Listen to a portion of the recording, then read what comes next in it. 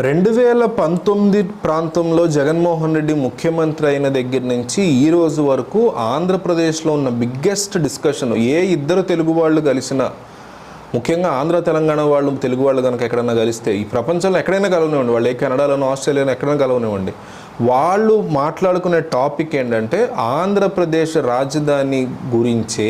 ఎందుకంటే ఆంధ్రప్రదేశ్కి రాజధాని లేదని కొంతమంది, 3 రాజధానులను కొంతమంది, అమరావతి మా రాజధాని కొంతమంది, రకరకాల డిస్కషన్లు నడుస్తూ ఉంటాయి.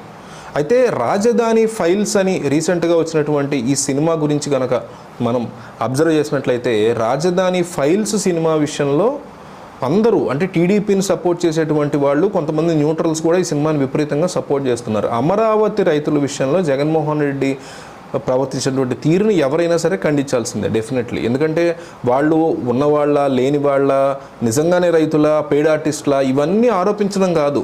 ఒక సెక్ట్ ఆఫ్ పీపుల్, వాళ్ళు ధనవంతులైనా, నిజంగా పెయిడ్ ఆర్టిస్టులైనా, రైతులైనా, కార్మికులైనా, ఎవరైనా సరే పోరాటాన్ని చేస్తున్నప్పుడు, ప్రొటెస్టులు చేస్తున్నప్పుడు, ధర్నాలు చేస్తున్నప్పుడు, ఉద్యమాలు చేస్తున్నప్పుడు, పాదయాత్రలు చేస్తూ విషయాన్ని ఎక్కువ మంది దగ్గర తీసుకెళ్ళడానికి ప్రయత్నం చేస్తున్నప్పుడు డెఫినెట్లీ ప్రభుత్వాలు, ఏ ప్రభుత్వం అయినా సరే ముందు వాళ్ళతో కూర్చోబెట్టి డిస్కషన్లు పెట్టాలి, మాట్లాడాలి, చర్చలకు పిలవాలి. బేసిక్ థింగ్ అది. ఇప్పుడు అంగన్వాడీ వర్కర్లకి చాలా కాలం తర్వాత పిలిచారు, చేశారు, అట్లా చేయాలి.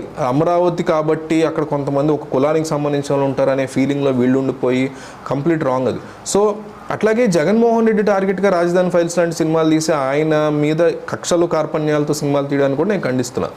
ఎనీవే, సో ఈ రాజధాని ఫైల్ సినిమా సంబంధించి నడుస్తున్నటువంటి ప్రెస్ మీట్లో ఒక వైసీపీకి సంబంధించినటువంటి మీడియా వ్యక్తి 3 రాజధానులు ఉంటే మీకు బాధ ఏంటి, మీకు నొప్పి ఏంటి అని కాస్త హార్ష్గా అడగడంతో ఈ సినిమా డైరెక్టర్ భాను ఇచ్చినటువంటి సమాధానం విపరీతంగా వైరల్ అవుతుంది. ఆయన ఏమన్నాడంటే, ఒక వైసీపీకి సంబంధించినటువంటి మీడియా రిపోర్టర్ ఏమడిగాడంటే, 3 రాజధానులు ఉండటం వల్ల మీకు బాధ ఏంటి, 3 రాజధానులు ఉండకూడదా ఒక రాష్ట్రానికి అని ప్రశ్నించాడు.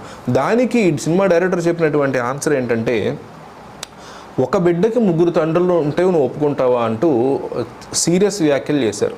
నిజానికి 3 రాజధానులు ఉండడానికి నేను వ్యతిరేకం కాదు, కానీ అమరావతికి సంబంధించిన ప్రాంతానికి అన్యాయం చేయడానికి డెఫినెట్లీ వ్యతిరేకం. ఎందుకంటే ఒక ప్రభుత్వం వచ్చి అమరావతి రాజధాని ఇక్కడ అన్నీ ఉంటాయని చెప్పేసి వెళ్ళిపోయింది. దాన్ని ఇంకో ప్రభుత్వం వచ్చినప్పుడు కంపల్సరీ కంటిన్యూ చేయాల్సిందే.